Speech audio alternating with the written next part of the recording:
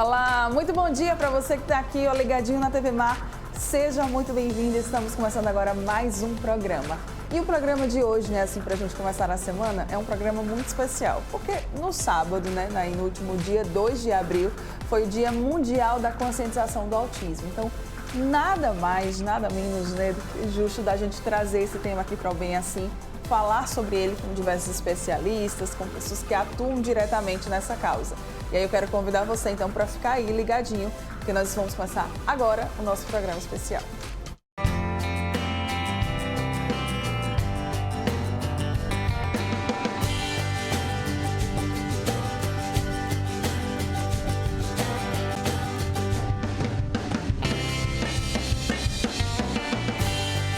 Oral Unique.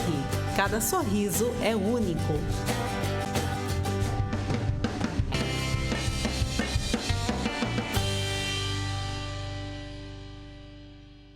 Muito bom dia mais uma vez para você que está aqui, ó, ligadinho na TV Mar, você que nos acompanha, nos assiste aí pelo canal 525 da NET Claro, pelo portal gazetaweb.com, que transmite toda a nossa programação, ou ainda pelo nosso aplicativo TV Mar, que também transmite toda a nossa programação. Basta você ter ele baixado aí, tanto no seu celular como no seu tablet, e é claro também ter acesso à internet. Para isso você precisa, tá? Para nos acompanhar. Mas muito obrigada mesmo, tá? Lembrando a todos vocês que nós temos ainda, né, o nosso canal lá no YouTube, que é por onde vocês conseguem acompanhar as nossas reprises. Temos também o nosso Instagram, que dá para você conferir um pouquinho dos bastidores do que é que rola aqui na TV Mar. E tem ainda, né, também o nosso Facebook e o nosso Twitter, tá tudo passando inclusive aqui na sua tela para você correr lá nessas plataformas e acompanhar a gente. Vamos lá começar o nosso dia de hoje, porque é o seguinte, tá? O Dia Mundial da Conscientização do Autismo, ou simplesmente, né, o Dia Mundial do Autismo, é comemorado em 2 de abril. A data ela visa ajudar a conscientizar toda a população mundial sobre o autismo. O autismo ele é um transtorno no desenvolvimento do cérebro que afeta cerca de 70 milhões de pessoas em todo o mundo. E no programa de hoje a gente vai trazer aqui uma neuropsicóloga para explicar mais sobre o transtorno. Também vamos trazer aqui uma mãe, né, que tem um filho autista e que tem, gente, uma iniciativa muito legal, que é vender roupas para ajudar no tratamento da criança. E é claro também que a gente vai trazer aqui uma associação que trabalha, que ajuda muitos pais com serviços para essas crianças, para todos os autistas. Vamos conversar inclusive com elas agora. Sejam bem-vindas, as meninas aqui da AMA. Muito obrigada pela presença de vocês. Mônica, que é a presidente, Silvia, que é a coordenadora geral. Obrigada mesmo, tá? Bom dia. Bom dia. Obrigada pelo convite de estar aqui. Que é isso. Uma data muito importante, né? Muito especial. Começar com a Mônica. Sim, uma data muito especial. Nós comemoramos, né, na verdade, essa conscientização. Sim. Porque, na verdade, a gente não comemora o autismo. A gente comemora a conscientização da população em relação ao autismo. Uhum. O autismo é uma condição, né, que afeta cerca de 2 milhões de pessoas aqui no Brasil. Sim. Nós não temos uma estatística oficial, mas nós temos uma estimativa de que afeta mais ou menos 1% da população. E então, muita gente, né? Cada vez mais crianças estão aparecendo com os sinais do autismo e tendo o diagnóstico. Sim. Então, cresce cada vez mais essa população. Então, o Dia do Autismo, ele é para isso, para conscientizar sobre os sinais, sobre os sintomas, sobre as necessidades, né, que essas pessoas precisam. Muito bem, agora eu queria entender o que é a AMA, que é a Associação de Amigos do Autista. O que é a associação? A AMA é uma associação de pais, né, sem fins lucrativos, gerenciada por pais de forma voluntária, né? E lá nós temos atendimento multidisciplinar, com psicólogo, fono, terapeuta ocupacional, pedagogo, professores de educação física. Então a AMA está lá para estimulação das pessoas com autismo e também para garantir o bem-estar dessas pessoas. É muito importante, como é uma associação de pais, nós queremos que os nossos filhos continuem sendo estimulados, sim, independente da idade, mas principalmente que lá eles se sintam acolhidos, né? Lá eles se sintam bem. Na verdade, acaba se tornando não só um serviço, mas a extensão da nossa família. Então é isso que é a associação, é parte de nós. Ai, gente, que lindo! Como foi que surgiu? Então, Foi que tudo começou. nós somos mães de autistas, né? Sim. Então, o meu filho tem 20 anos já, o filho da Silvia tem 12 anos. E antes mesmo do meu filho, da gente iniciar a questão lá da AMA, né? O serviço da AMA, que realmente está fazendo 11 anos. A gente começou em 2 de abril de 2011 o serviço. A gente já se reunia como pais desde 2005, 2006, Já né? tinha um grupo. Exatamente. A gente já começou a se reunir, foi se conhecendo em escola, foi se conhecendo em consultório médico, e nós fomos conversando sobre, né, o autismo, sobre as nossas demandas. Começamos em 2007 a trazer pessoas para fazer capacitação. Então, nós trouxemos médicos de São Paulo, nós trouxemos psicólogos, nós trouxemos pessoas que já vivenciavam o autismo, né? Esse diagnóstico, tratamento, etc. E aí, em 2008, novembro de 2008, nós decidimos formalizar. Então, a AMA foi criada em 22 de novembro de 2008. E desde que nós criamos, passamos, assim, 2 anos e um pouquinho, né? 2 anos e meio, sem uma sede, nos reunindo nas casas, né? E na escola e tal, e a gente sempre sonhava com esse espaço onde a gente pudesse oferecer o tratamento para os nossos filhos. Sim. Porque, como pais, a gente sabe que é muito custoso, não só em termos financeiros, mas em termos de tempo, em termos de desgaste, você ficar para lá e para cá em consultório médico, né, em consultório psicólogo, tratamento. Então, nós fomos vendo essas questões e criamos um modelo da AMA, onde a criança chega às 8 da manhã, fica até o meio-dia lá, e os pais não precisam estar juntos, né? A gente cuida da criança e faz o tratamento, ela participa de todas as terapias nesse período que ela fica, né? Ou pela manhã ou à tarde, de 14 às 18. Então, a AMA nasceu dessa demanda dos pais, né, de poder agregar todos os tratamentos em um só local, que os terapeutas se conversassem entre si, que tivesse um norte só, né? E aí a gente tem toda a abordagem comportamental e tudo, né, que a gente estuda, se capacita os profissionais, então, nas linhas que realmente têm eficácia. Tá. Mônica falou sobre a questão dos serviços, né, que são oferecidos. Quais que são esses serviços, hein, Silvia? Nós temos lá, né, como a gente já falou, alguns profissionais como psicólogo, né, fono, terapeuta ocupacional, pedagogo, educadores físicos, todos esses numa abordagem comportamental, cada um trabalhando objetivos específicos, mas também objetivos que sejam em comum em favor do desenvolvimento dessa pessoa. Lá nós não trabalhamos TEA, nós trabalhamos pessoas, né, com habilidades e com dificuldades. Então, é feito um plano de ensino individualizado para cada criança ou para cada jovem, que a gente não só atende as crianças, né? Por isso o nosso tema, né?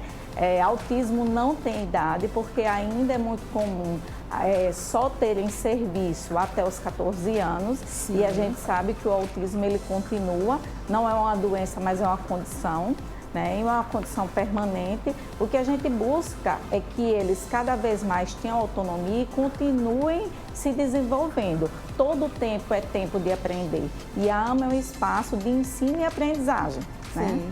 Muito legal isso, né? De não ser até apenas ao público ali infantil, de vocês também receberem todas as pessoas. Inclusive, tem pessoas que já adultos é que descobrem, né? Inclusive, a condição. Eu acho que isso é muito interessante até da gente falar, né?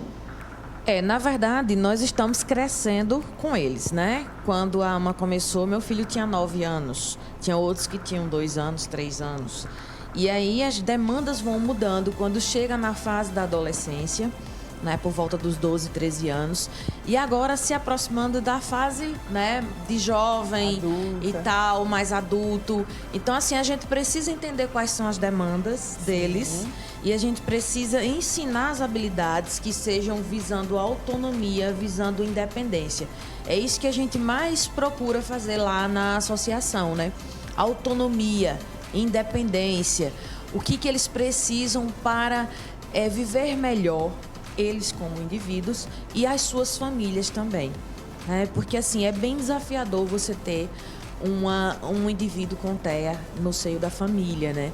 Então, assim, não é que... Às vezes as pessoas dizem, autismo infantil, quando tiver 12 anos, o autismo vai sumir. Sim. Existia essa lenda antes. Mas aí chega os 12 anos, os desafios aumentam.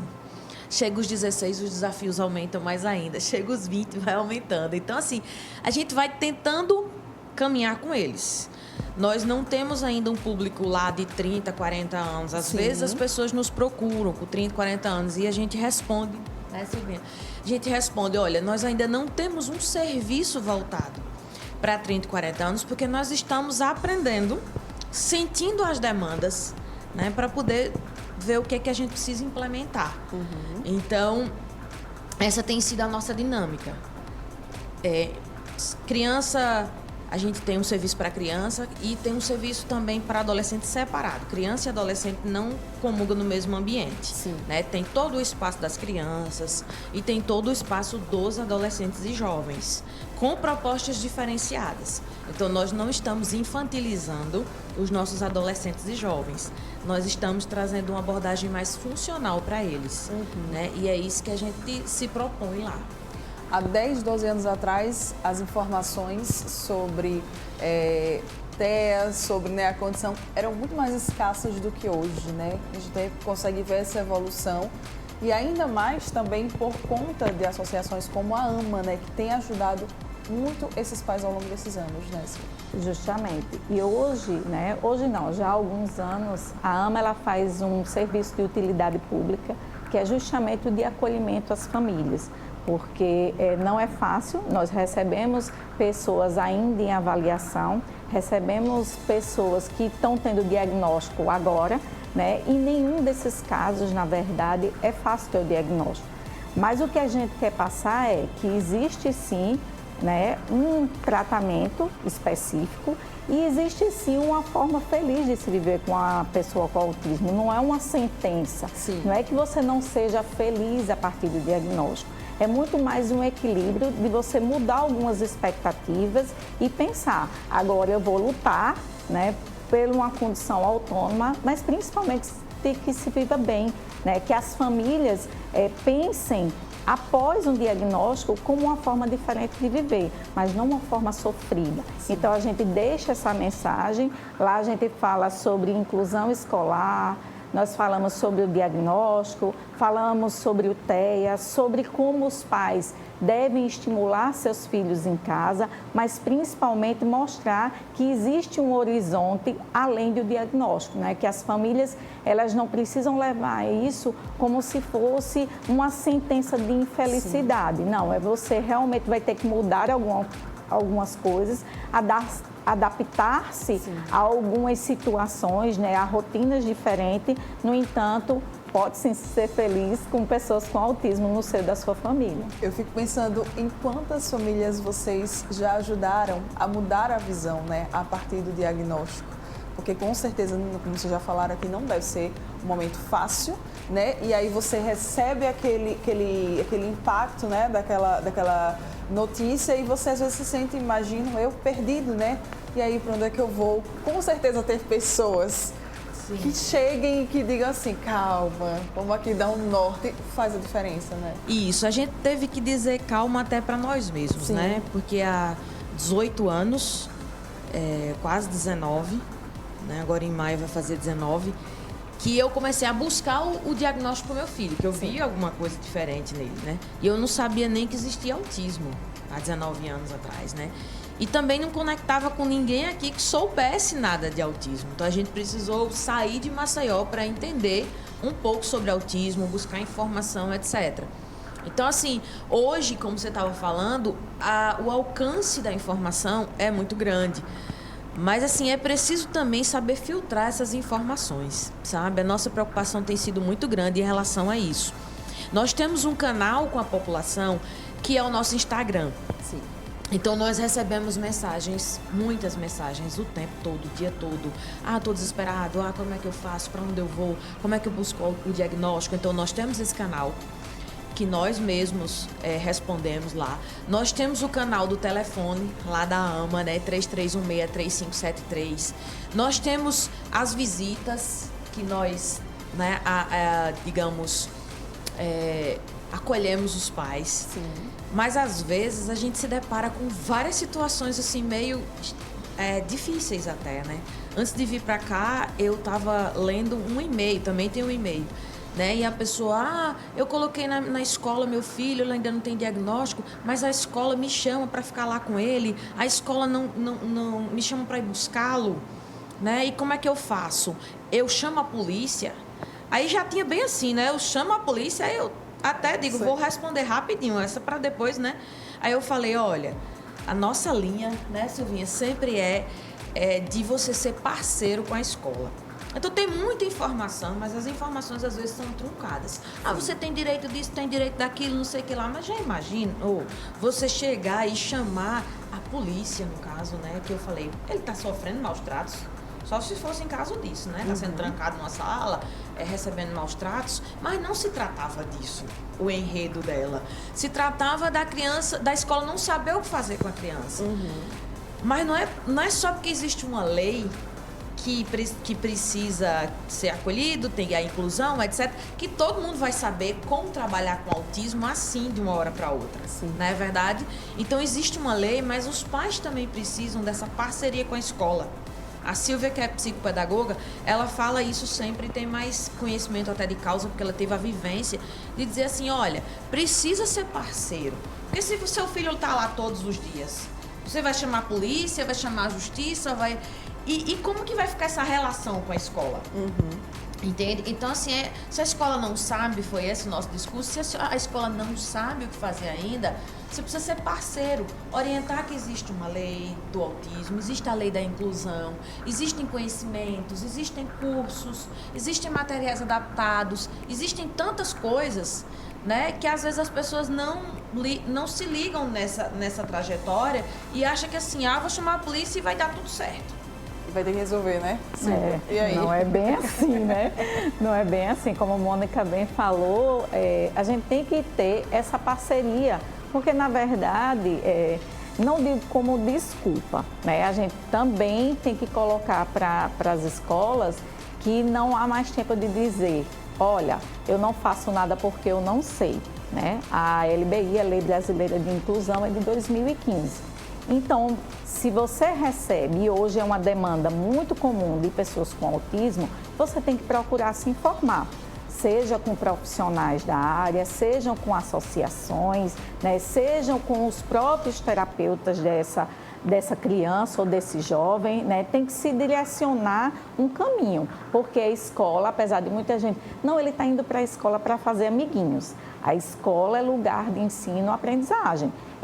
A característica dela maior é essa, porque você não coloca um filho para fazer amiguinhos. Está indo apenas para socializar. Não, isso é muito comum. Não, ele está indo lá para se socializar. A interação é extremamente importante e é um déficit muito comum no TEA. Mas a função da escola não somente é essa, né? Não existe uma fórmula pronta para se aprender. No entanto, existem caminhos. Então, a escola ela precisa estar atenta a isso, a buscar parceria com os pais, a buscar parceria com os profissionais, mas ela precisa, sim, fazer um trabalho de estimulação. Sim. Ela não vai garantir que todas as pessoas escrevam, leiam, não é possível. Mas o que ela precisa garantir é que a estimulação aconteça.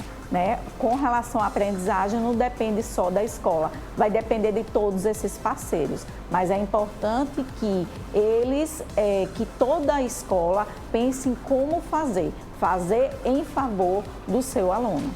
Queria que vocês pudessem ficar mais tempo aqui, que a gente estendia o papo, mas elas precisam dar uma saidinha daqui, que vai ter audiência pública, não é isso, meninas lá da Câmara de Vereadores, não é isso? Isso. Essas políticas públicas são muito importantes, né? Sim. Nós recebemos um ofício da Câmara de Vereadores para participar dessa audiência pública e estamos indo para lá para dar nossa contribuição. Afinal de contas, né, nós somos pais de autistas, nós nos unimos em relação à causa, nós temos essa responsabilidade, junto com a sociedade, de conscientização, de informação, né? Nós podemos contribuir dizendo assim, olha, esse é um caminho possível, né? São necessidades que nós vemos todos os dias acontecendo, batendo na nossa porta, pais que ainda não sabem lidar, né, até com a informação que tem, escolas que não sabem lidar, entendeu? Abordagens que ainda não são as, digamos, baseadas em evidências, né, que estão sendo utilizadas. Então, nós precisamos mostrar esse quadro. Sim. E por isso a gente precisa também participar desses momentos. Muito bem. E como é que o pessoal aí, né, talvez tenha ficado dúvida, tá, como é que eu faço para fazer parte da AMA? Como é que é possível? Vamos lá, Silvia, explicar. Olha, a associação, como a gente falou, é uma associação sem fins lucrativos, né?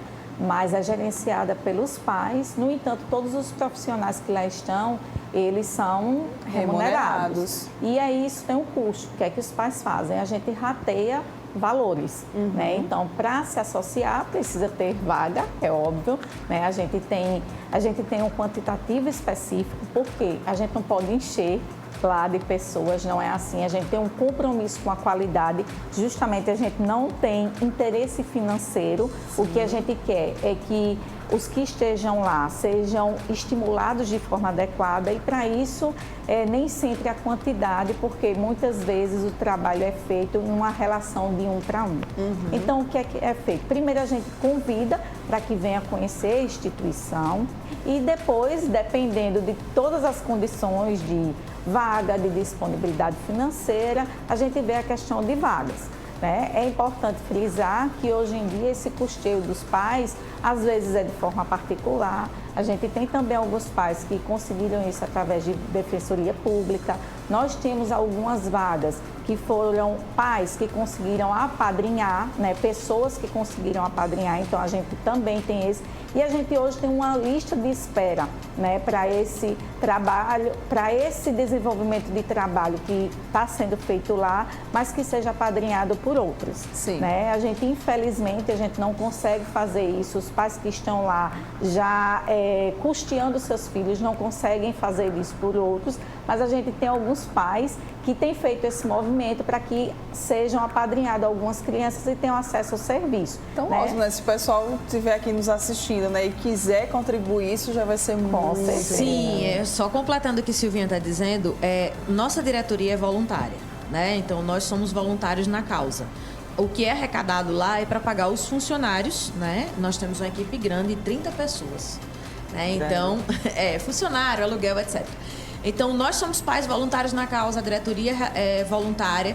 E daí, algumas pessoas da diretoria, a gente divide as tarefas, né? E tem buscado doadores, que é o que a gente chama de padrinhos. Sim. Então, a gente conseguiu alguns padrinhos e e aí tem umas crianças tendo atendimento de forma gratuita, né? Via esses padrinhos.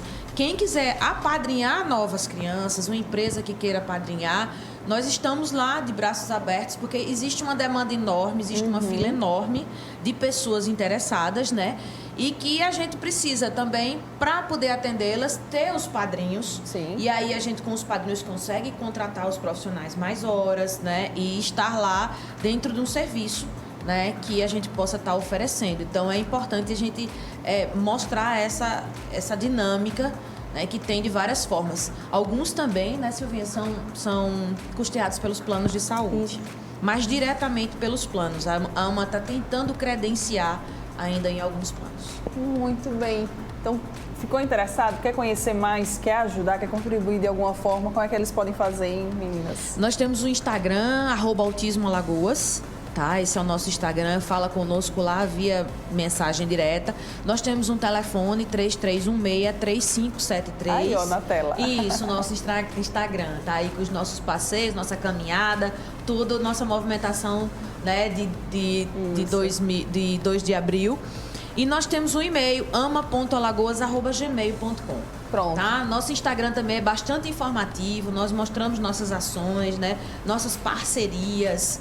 Essa semana os meninos estiveram no SESMAC, tiveram lá na polícia, no Polícia Montada, né? Rádio Patrulha Montada, eu não sei. polícia montada, Que é o pessoal os cavalos, sim, exatamente, andando nos cavalos lá, foi que maravilhoso, né?